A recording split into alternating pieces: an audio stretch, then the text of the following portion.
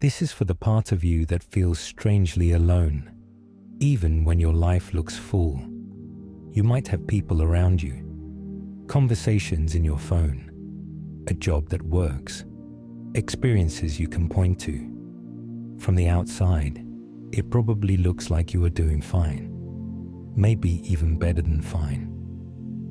And yet, somewhere underneath all of that, there is a quiet sense of separation. Not dramatic, not painful in a way that's easy to explain, just a steady feeling that something is missing, even though you can't quite name what it is. It's the kind of loneliness that makes you hesitate before saying anything about it, because you don't want to sound ungrateful. You know you are lucky in many ways. You know others have it harder. And so you tell yourself, you should not feel this way. You push it down. You keep going. But it doesn't really go away. It shows up late at night when the noise of the day finally settles, or in the middle of a social moment, when you suddenly feel like you are slightly behind a pane of glass, watching yourself participate rather than fully being there. You laugh at the right moments. You say the right things. And still, something inside you stays untouched. This is not the kind of loneliness that comes from being physically alone. It is something quieter and more confusing than that. And because it doesn't match the story of your life as it appears from the outside, it can leave you wondering if there is something wrong with you. This video is not here to fix that feeling or explain it away. It's here to sit with it, to take it seriously, to look at it with a bit more honesty and a bit less judgment. Because this kind of loneliness is far more common than people admit, and it often says something meaningful about how deeply you experience life. Not that you are broken. One of the most disorienting things about this kind of loneliness is that it exists alongside connection. You might talk to people regularly. You might even be liked, respected, wanted. And yet, the connection doesn't quite land where you expect it to. It stays on the surface, no matter how friendly or warm the interaction seems. Often, this isn't because the other people are shallow or incapable of depth. It's because something in you learned, usually very early on, to stay slightly guarded. Not in an obvious way, not with walls or distance, more like a subtle holding back of your inner life. You share stories, opinions, jokes, but the part of you that feels most vulnerable, most alive, most uncertain, doesn't quite make it into the room. Sometimes because you don't want to burden others.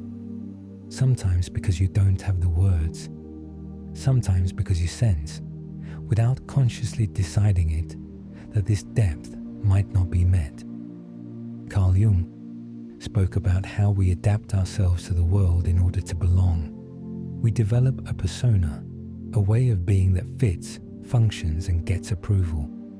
Over time, that persona can become very convincing, even to us. But the cost is that the parts of us that don't fit so neatly get left behind. Loneliness often lives exactly there, in the space between who you are showing and who you actually are. The ego is very good at building a life that looks connected. It knows how to collect roles, achievements, relationships, and experiences. It knows how to stay busy, how to stay relevant, how to make sure you are not left out. And on paper, this can look like fulfillment. But the ego relates through comparison, performance, and identity. It asks questions like, how am I doing? Where do I stand? Do I matter here? Am I seen in the right way? The heart relates differently. It doesn't care much about image or position. It wants resonance. It wants to feel met. It wants to rest. When your life is organized mostly around ego needs, even very successful ones, connection can start to feel thin. You are present, but you are also monitoring yourself, adjusting, thinking, performing just enough to stay safe. This is why you can leave a social gathering feeling more alone than when you arrived. Your body and nervous system never truly settled. You were there, but not quite home in yourself. Alan Watts often pointed out that much of our suffering comes from mistaking the mask for the face. When you live too long as the version of yourself that functions well, the deeper self starts to feel invisible. And invisibility, even in a crowd, feels a lot like loneliness. For many introspective people, overthinking becomes a way to manage this discomfort. You analyze your interactions, you replay conversations, you wonder what you should have said differently. You question whether the problem is your standards, your past, your attachment style, your personality. Thinking creates a sense of control. It gives the mind something to do with the feeling without actually feeling it. But loneliness isn't solved in the mind. It is felt in the body. It often shows up as a tightness in the chest, a heaviness in the stomach, a sense of being slightly unheld. When you stay in your head, you stay one step removed from that experience. And while that can protect you, it also keeps the loneliness intact. This doesn't mean you are doing something wrong. For many people, thinking was the safest option growing up. Feeling was overwhelming, unsupported, or simply not welcomed. So the mind stepped in and did its best. The problem is not that you think too much. It's that thinking became the only place you were allowed to live. There's a particular kind of loneliness that comes from not knowing who you are beneath your roles. You might know what you do, what you are good at, how others describe you. But when you slow down, when there is no task or performance to lean on, there can be a sense of emptiness or uncertainty.